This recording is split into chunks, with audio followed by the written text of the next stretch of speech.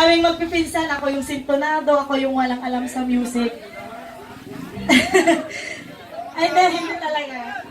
Lahat po kami, we're born talented in music kasi alam niyo naman po yung history, lola ko, lolo ko, musician sila. Pero sa aming mga magpipinsan, gusto ko lang magpasalamat kay uncle ko kasi ang gano'n may palaw-paw sa panangarok banda. Nagtiwala din po siya sa talent na meron po ako.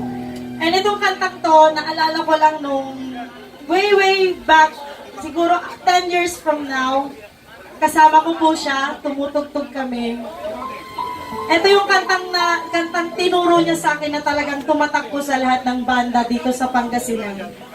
Kaya sa mga kapatiran, sa mga pasensya na po kayo kung makakaawit po ako ng sa sanlibutan. Pag-alala lang po sa aking uncle. Ayan. Palakpak naman po tayo sa ating Panginoon. Si uncle ko po, masaya na po siya doon. Tinitingnan niya tayo dito. Pinagdadasal niya po tayong lahat. Nagpapahinga na po siya. Bale, na lang po tayo. Manatili po tayong tapat. At palagian po tayong magdasal.